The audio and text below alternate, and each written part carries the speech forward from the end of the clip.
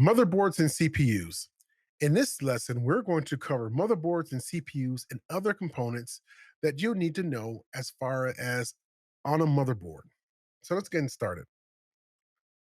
Choosing the right motherboard is based on the purpose of the system that you're building. Whether the system is going to be a CAD design or engineering computer, you want to choose the right board that will handle the appropriate devices that you'll need for that particular machine. The next important choice to be made is the size of case that will fit that particular motherboard. The case would need to be able to handle various connector ports, power supply devices, and other things that you'll need for that motherboard. Other considerations will be cooling for your computer. If the system you're building were a smaller system for specific use, such as a home theater or smaller type platform, you'll need a smaller form factor motherboard, and you will get a smaller case as well. Depending on what the form factor of the motherboard you choose, all connections and ports will need a standard layout, a particular form factor on the motherboard. Even from different vendors, this needs to stay the same. A form factor serves as a standard or a category that can be used to ensure that there's a level of hardware compatibility between devices of similar form factors, even though they may come from different manufacturers. Now, you as a technician will need to know the appropriate form factor or motherboard that you'll need depending on the computer's needs or what you're building that computer for. Now, our motherboards have came a long way in the recent years. The first motherboard came out on the market in 1981. It was the planar breadboard that was first introduced by IBM. 1984, IBM came out with the AT Advanced Technology design. These components based PC, which we know were born today. The AT form factor proved to be very popular. It became a standardized motherboard to fit all desktop and tower cases. In 1995, Intel released the new ATX, or the Advanced Technology Extended. This new form factor featured many improvements, including new dimensions and layout, improving space and interchangeability of parts. 1997, we saw that Intel began manufacturing motherboards.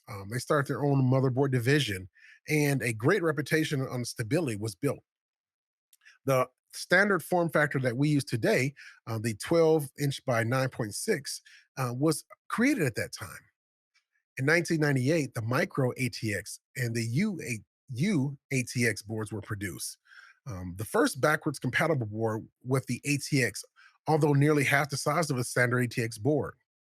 And finally, in 2001, a new type of board was produced. It was the VIA Technologies, or the ITX Information Technology Extended.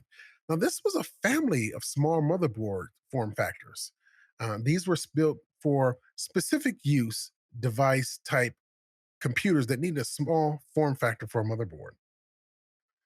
Now, let's look at these motherboards in detail. First, starting with the ATX. And like we just read, NTX developed the Advanced Technology Extended during the mid 1990s. And this was an improvement of the classic AT style motherboard architecture that had ruled the PC world for many years. Now, some important key features that you need to know about the Advanced Technology Extended, or the ATX boards. The ATX motherboard moved the processor and the memory slots at right angles to the expansion cards. By doing this, the processor and memory were now in line, and the fan output of the power supply could run cooler. Also, since the expansion cards had more room, larger cards could be installed on the board. The Information Technology Extender, or the ITX motherboards, were a family of form factors. And again, these were developed by VIA Technologies in early 2000s, and this was for smaller form factors. They were often used in low-cost small setups found in cars, network devices, set-top boxes, and other small computers. They were designed for fanless, low-power consumption devices. Now, the motherboard architecture. In a PC, data sent from one component to another through a series of communication pathways known as a bus. For efficiency, separate paths on a motherboard called buses each carried only one kind of signal. This boosts the computer's speed and simplifies its operation. While PC motherboards have different buses for expansion cards and external devices, all computers have three fundamental type buses: the control, the instruction, and the address. The whole system operates through these three buses. Early computers used serial buses, which were slow. Later, this was redesigned and data was sped up by using synchronized separate lines, which resulted in faster pathways called a parallel bus. Now, the parallel bus had its negative sides as well. Um, the loss of circuit length or the amount of data that could be moved over a certain distance was a limiting factor. The signal could only travel a short distance. The amount of data was also limited due to the synchronization needed to separate the lines. The overall speed had to be limited in order to prevent data being out of sync on those parallel lines. So as technology advanced, engineers came up with a way to make the old serial transmission buses work at data rates that were many times faster than the parallel buses. So the serial buses were redesigned, and this is what we use again today. The serial circuitry does have a limitation due to its capability of transceivers, which grows over time at a refreshing rate due to technical advancements. Now, on a motherboard, there are different types of buses used. There's expansion slots on the board, which allows for external devices to be plugged in on the PCI bus. And there are other buses that allow communication between the CPU and RAM and other components that exchange information. Outside of the CPU and memory sockets, the other buses are totally enclosed and do not allow for external devices to be plugged into them. Now, finally, on the motherboard bus architecture, bus speeds are rated based on how much and how fast data is passed through them. The higher the bus speed, the higher its performance. Now, depending on the bus, this rating may be a consideration of other buses that devices on that bus interact with. For example, the bus speed of the CPU rating is based on the front side clock of the motherboard. Okay, motherboard components. First, let's look at expansion slots. We've talked about those a little bit, but basically, an expansion slot is an installation point on the motherboard for additional or expansion cards. Also, expansion slots are known as bus slots or expansion port or an expansion slot.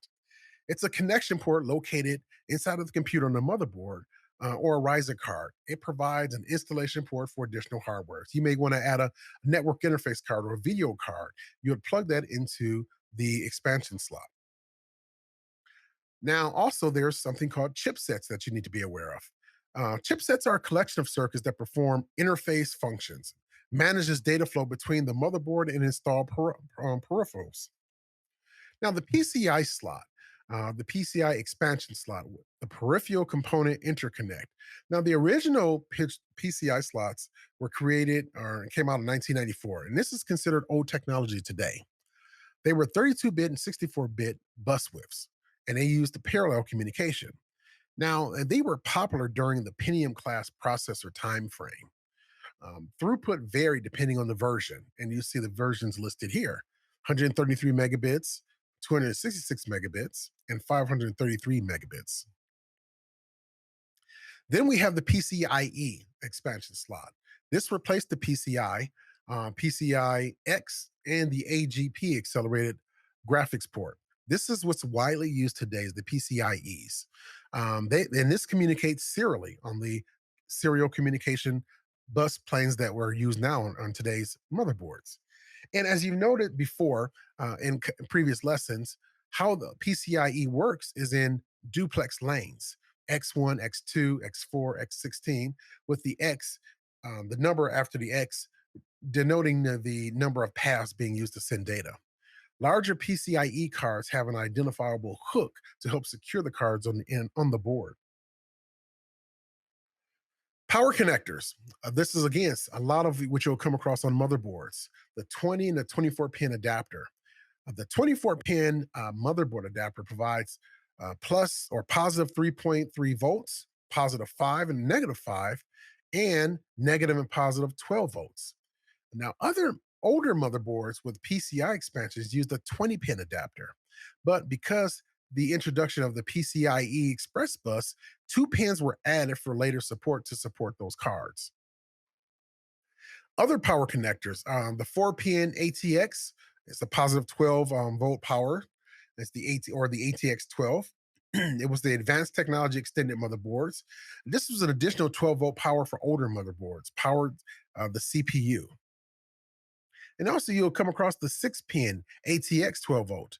This is specifically designed for dedicated power to PCIe adapters, and it's had a 6 key slots with the clip. SATA connection ports is something else that you'll see on a motherboard, and the SATA connection ports are very unique in their orientation. You'll see as far as there's a little key in the middle, and this is what connected the hard drive, the serial port hard drive to the motherboard using the SATA ports.